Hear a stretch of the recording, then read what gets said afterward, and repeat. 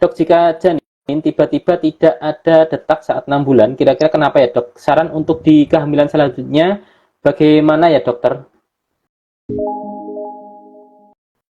Ya, jadi kalau kita bicara mengenai kasus-kasus stillbirth ya, atau meninggal pada waktu lahir atau bayi-bayi yang mengalami IUFD atau meninggal di dalam kandungan begitu, maka mungkin sekitar 10% dari IUFD, bayi meninggal di dalam kandungan, atau stillbirth, bayi lahir meninggal, sekitar 10%-nya kita nggak tahu penyebabnya apa, begitu loh.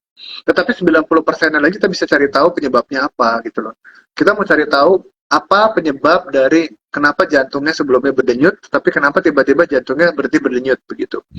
Dan faktornya nanti bisa faktor ibu, bisa faktor dari bayinya sendiri. Kalau kita bicara faktor ibu, bisa saja kekebalan tubuh ibunya menyerang ke bayinya. Bisa saja ibunya ada penyakit. Bisa aja ibunya persalinannya ibunya ada infeksi. Atau bisa aja persalinannya kelamaan gitu loh. Harusnya udah lahir, tapi karena ngotot pengen lahiran normal, akhirnya ditunggu lagi, nggak lahir-lahir, akhirnya keburu infeksi, keburu stres bayinya di dalam begitu. Sehingga pas lahir akhirnya bayinya meninggal begitu. Nah, ini sering terjadi begitu. Sedangkan faktor dari bayinya macam-macam. Bisa saja bayinya ada kelainan bawaan yang kita nggak tahu, kita nggak ngelihat gitu loh ya. Bisa saja bayinya memang ada masalah di kromosoma begitu. Kita juga nggak tahu dan kita nggak ngelihat juga begitu loh. Ya. Dan ini seringkali terjadi manakala misalnya ya kontrol hamilnya mungkin standarnya belum bagus begitu ya. Jadi mungkin akan ada banyak hal-hal yang akan miss gitu ya.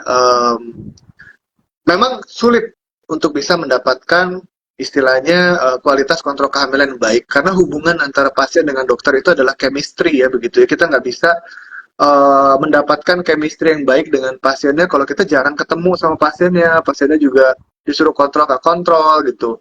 Maka akan sulit begitu loh. Dan chemistry itu selalu dibangun atas dasar kepercayaan dan atas dasar niat baik gitu loh ya, ikhtiar yang baik begitu loh.